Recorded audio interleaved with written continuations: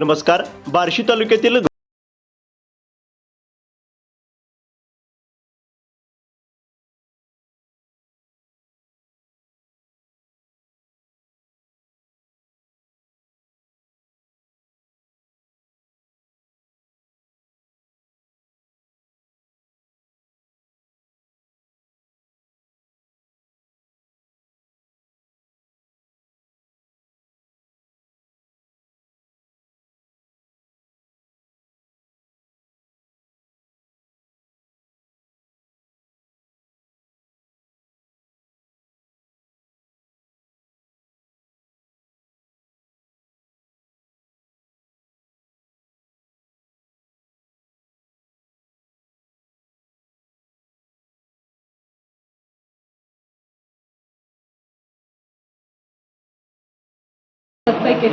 आज रोजीपासून गौरगाव ग्रामपंचायतचे सरपंच म्हणून पद स्वीकारले आहे.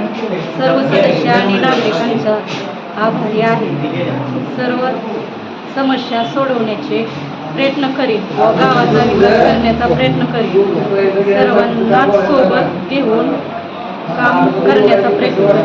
मी ग्रामपंचायत गौरगाव ग्रामपंचायत अधिकारी IB भोज आज दिनांक 11/10/2024 रोजी सरपंच पदाची निवडणूक पार पडली. पूर्वीचे सरपंच स्वाती बालाजी पैकर यांनी राजीनामा दिल्या कारणानं सरपंच पद रिक्त होतं. त्या जागी वैशाली भारत पैकर यांची सरपंच म्हणून बिनविरोध निवड करण्यात आली आहे. कुणाची निवड करण्यात आलेली आहे? वैशाली भारत पैकर यांची सरपंचपदी बिनविरोध निवड करण्यात आलेली आहे. धन्यवाद.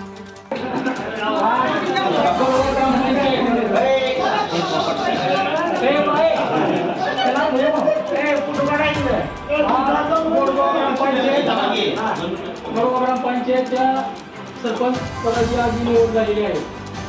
ते सर्व बहुमताने झाली बिनविरोध झाली आणि प्रथमतः आम्ही त्यांचं अभिनंदन करतो.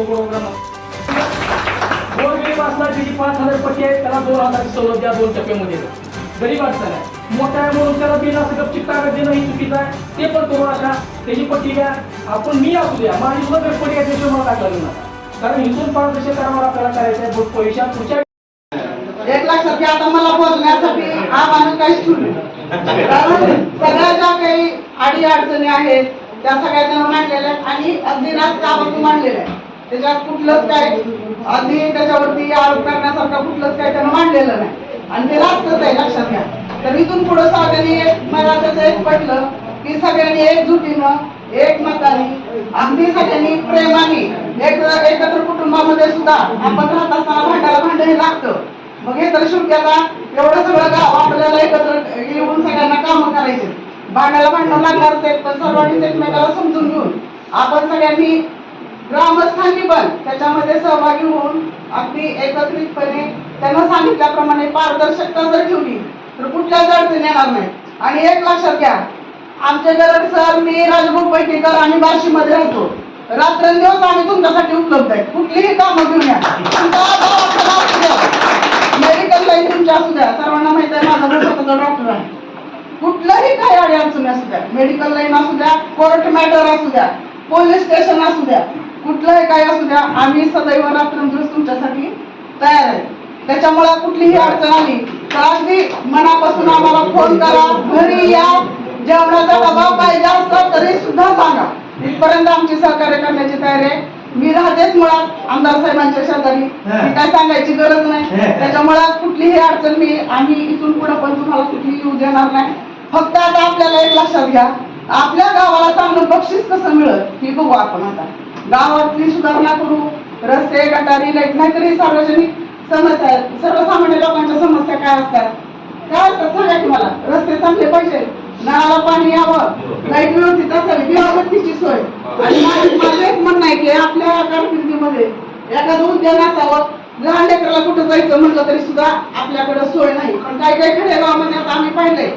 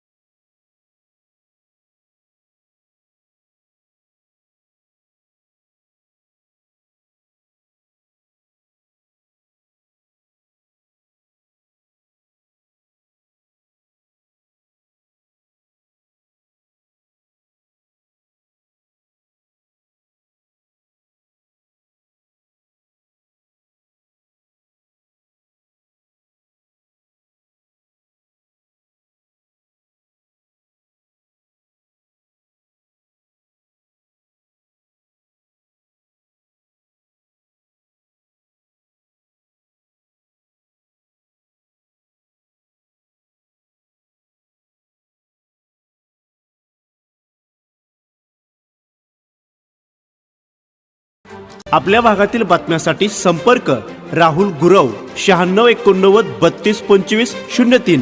चला तर मग आजच संपर्क साधा आपल्या भागातील बातम्यांसाठी.